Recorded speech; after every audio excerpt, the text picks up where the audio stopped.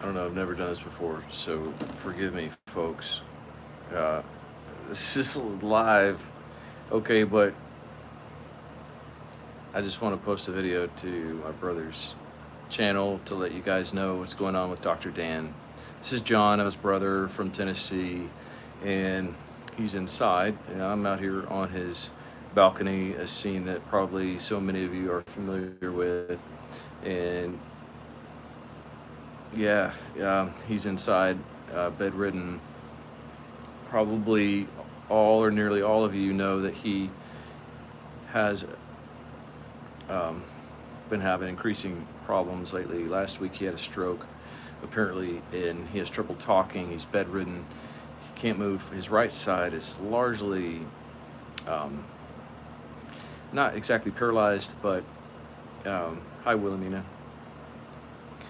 Uh, it's largely paralyzed, and so a nurse is in there right now. I've been here for the last week, trying to help my parents who are down here. They live with him, and they called to let me know that he's having a lot of difficulty, that he was not eating or drinking, that he was fading in and out of consciousness, unable to talk for the most part. And so, God, this is just unbelievable. This is my brother, and I just show up randomly out of the blue, and then literally all you guys are sending your prayers and well wishes. I can't understand it. You know what? I will just say that Dan is everything you think he is. I mean, maybe not. I mean, but he's my brother, and I love him, so I'm a little bit partial to him. Um, I respect him a lot. I've always looked up to him as an older brother. I'm 6 years younger than he is. He was always, he's always super fit, devilishly handsome, very charming, well loved by everybody around him. And he played football in high school, and he got into a lot of trouble in high school afterwards, and kind of went his own way. He was a bartender for a long time, and wound up kind of like getting lost track of. And then he got married, and Tracy, God love her, helped him through chiropractic school, and that just changed his life. And they haven't been married most of this century, but she came back and set up a GoFundMe for him, which helps pay a lot of his bills. He still has a lot of bills. I'm not asking for money. Honestly, this is not, get that out of your heads right now, okay? We are not rich, but we will be fine. We'll be okay. But anyway, that helped a lot. Helped a lot because he wasn't able to work. He had a lot of, he still had overhead, and he was still hoping to go back. He's still hoping to go back to being a chiropractor. And frankly, as little as I believed he would, I was like, if anyone can do it, he can go back.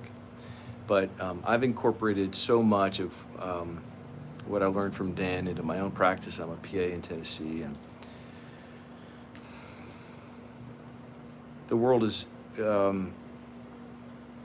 the world has been made richer for his existence, and through his kindness, and his intellect, and his personality. And you guys you're right to love him, and it still is astonishing to me. It's astonishing. It's astonishing to me.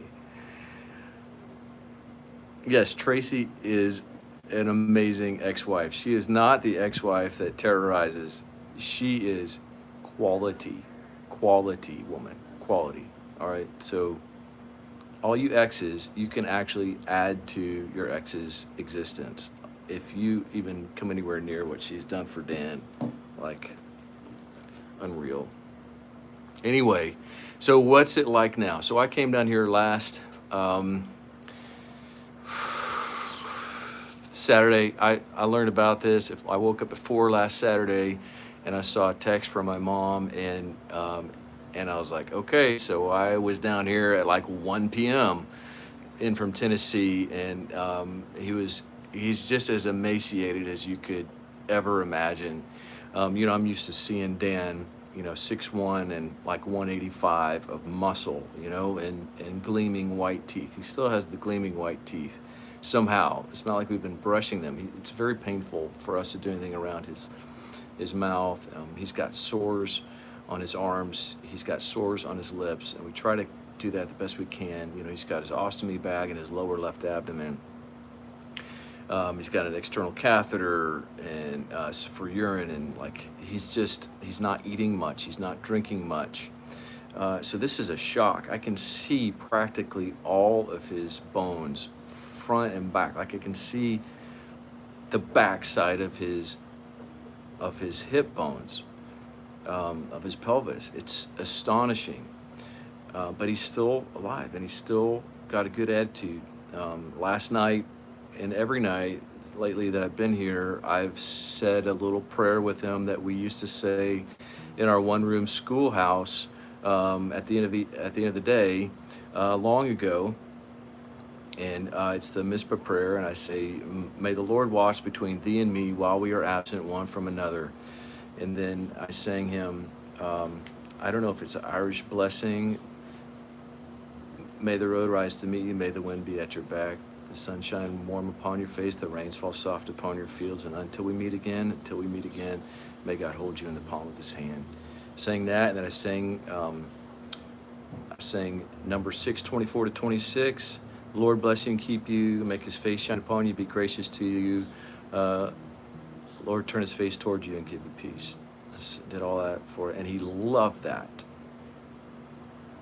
He often has a kind of a faraway look in his eyes, and he's got some strabismus now they didn't have, eyes pointing once in a while, kind of cockeyed, and it's just a fact. Who knows? Maybe he has some a brain tumor at this point as well. Who knows? But he focused me dead in the eyes, and he was like, he has trouble speaking, but he tried to communicate how much he loved that. He was very intent about that, and I feel a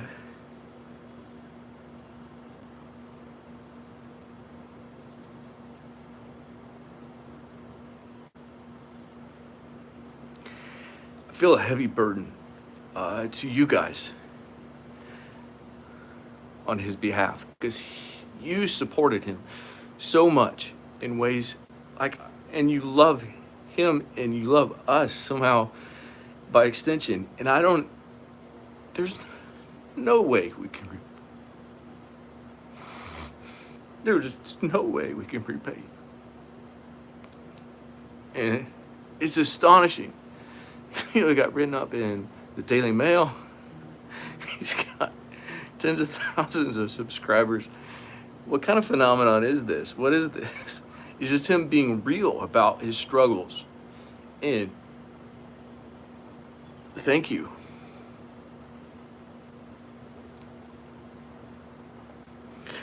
I leave tomorrow, and I'm going to leave him in my parents' hands, and I know it's going to be intimidating for them, because while it's intimidating for me to care for him, it's very intimate care. Last night his catheter spilled everywhere. Right after we changed his clothes, we changed his bedding, we changed his pads and everything, and we were ready to go. We put the Paragard all over him to protect his skin from, and he's, and I changed his catheter, man. That's not something I've ever done before.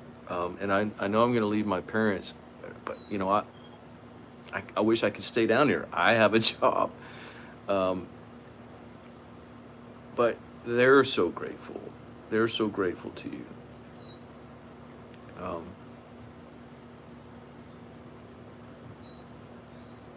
We're so grateful. What else can I say? Let me look and see if I can answer some questions. Yeah, thank you. I don't think I will. I know I won't regret. I'm glad he's not. I think he would have died if he hadn't come down here, because he was so diminished. He was so desperate. He wasn't eating or drinking, and I came down here and I was like, "Here, have some of this. Have some of this." And he ate and drank, and I really do think he would be. I'm not saving his life. He's still going to die, but but a little food and water goes a long way. And my parents, they're not medical. They don't know, and they're afraid to make it worse. And they just, when you're watching your son die, I can only imagine. But like, I can imagine very few things more stressful than that. And so I think having another family member who has some medical idea of what's going on, and I think that was very helpful. And I'm so grateful to be here. This is, oh, I know what I was going to say. Just meet. So a big part of what I've been doing down here is going through his contacts list. I'm on his phone right now. He has over 50,000 unread emails. It's comical, trying to settle his accounts, trying to close down stuff that he's obviously not going to need,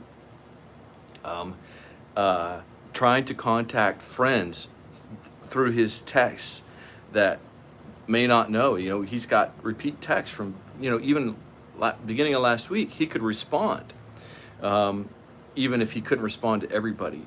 And so part of what I took on as my job, in addition to, he asked me to plan his memorial, is contacting, insofar as I'm capable, some of the folks who texted him. And so I've developed renewed friendships with some of his friends, and that's been, it's been amazing to watch them come in and visit him and hear their stories and see their faces as they tell them, and just realize what an impact Dan made. Yeah, he was a very, very gifted chiropractor. I don't go to chiropractors, but I would absolutely go to Dan. I would not. I mean, I have friends who are chiropractors. I referred my patients to chiropractic care, but I myself am skeptical. But Dan is the real deal, and I know others are out there, but Dan was the real deal. I don't know. I just wanted to check in. This won't be my last transmission. I just wanted to check in and let you know his situation. Do you have any questions? I'll spend another 5 minutes maybe. Any questions about his status? Let me see if there's anything. Yeah, we often got mistaken for one another. Even one story, one of my girlfriends from college many years ago in California, she saw him when he lived in Houston, didn't know that I had a brother, came up to him and asked him years later if she saw him, asked if he had a brother in California. So that's how much we look alike. And yeah, right now, Dan, what's his status? Dan he's about 10 feet away inside on his bed.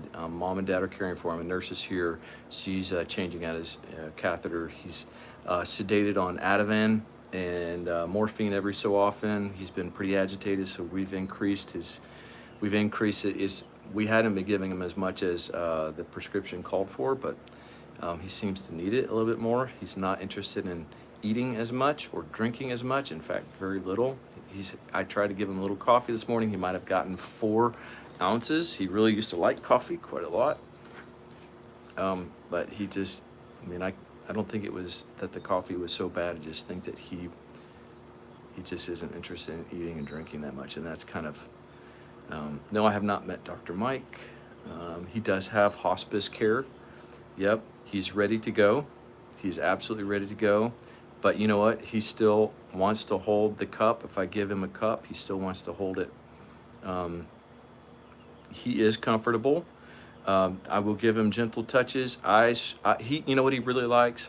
He really likes when I brush his hair. And the way I know that is because his face just relaxes. And it's all about nonverbal cues apparently when you're caring for someone who is essentially nonverbal. And he really, I can see his face just relax when I brush his hair. So he seems to really like that. He actually likes to have a shave, and so I'm going to shave him before I go today. What he does is he'll go like this. When I do his upper lip, he'll move his lip down like that. And this is still a little trouble spot. I nicked him there just a little bit last time. But he likes to be shaved, and he likes, he still insists that we put a little cologne on him, and so it's Nautica is what he uses. So we just spray a little cologne on him once we freshen him up, and he likes that. He can't really speak very well. It's like that. His voice is practically gone. He has trouble enunciating, and so communication is very context dependent, and it's very tenuous. And we really have to infer a lot from what he says. He can absolutely comprehend his surroundings. He even though he's often snoring or appears to be asleep, seems to register all the things that are said around him, or at least many of the things that we say around him. For example, I brought some chocolate milk in the first day that I came, and I mentioned it to my mom, and I said I'm putting it in the refrigerator. She didn't hear me say that. The next day, he asked her for the chocolate milk, and she's like, "What? We don't have any chocolate milk." He said, "Fridge." And so he was paying attention, even though none of us realized it. His breathing is good. His O2 saturation, the lowest was around 93, and that was after we gave him some morphine, which, as some of you are aware, does kind of suppress the breathing reflex. But usually it's up in the higher 90s, like 97, 98, which is completely normal. His vitals are stone cold normal. I mean, his blood pressure is lower than you might expect if he were fully himself, but it's still right around 100 over 65 or so, which is completely acceptable. Like I said, his SpO2, his oxygen saturation, is around the upper 90s typically. Yes, I'm learning a lot, Mark, about hospice care and about nursing skills. I have the greatest respect for nurses. This is not something that I ever anticipated doing. I became a PA to not have to do this. But you know what? I do view it as sacred, frankly. This kind of care is sacred. It's very humbling. It's so necessary. And you nurses out there who are watching this, just know that we appreciate you. Any amount of care that you put into your patients, you may not see a result with the family or with the patient, but it is time and effort spent. You guys are awesome. Sarah, February, hospice nurse. Yeah. He did not have a heart attack. He had a stroke apparently last week, and it has really given him what we call ataxia, right side. His arm and his right arm and right leg are pretty much ineffective. One other thing. Thank you all. One other thing, Felix. Hi Germany. Hi Felix. One other thing that he does have pain when we roll him, and I think it's his abdomen. He's really not passing anything. We were able to, and I keep talking because there's so much to tell. I'm trying to summarize this for all you folks, as well as get it kind of straight in my own mind as well, because so much has happened this week, and it demands to be made sense out of it, demands to be processed. But one of the things that has concerned us is that he's not passing anything out of his ostomy into his bag, his lower left side. And so that means that there's a limit on what he can take in if he's not sending anything out. So it seems to be that he has a painful abdomen.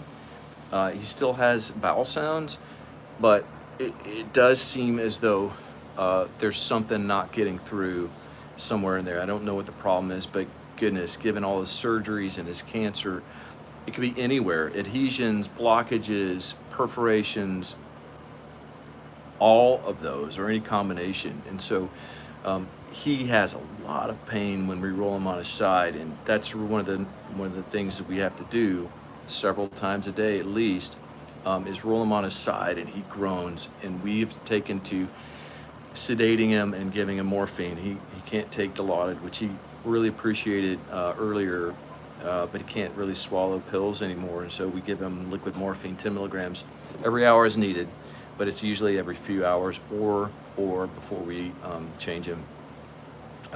Yes, morphine absolutely does cause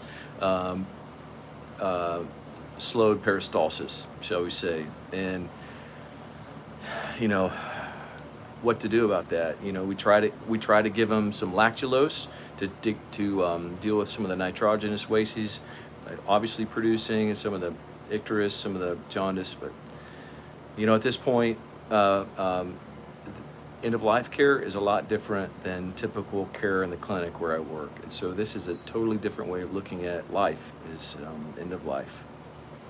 Um, yep. Macy catheter, Mark.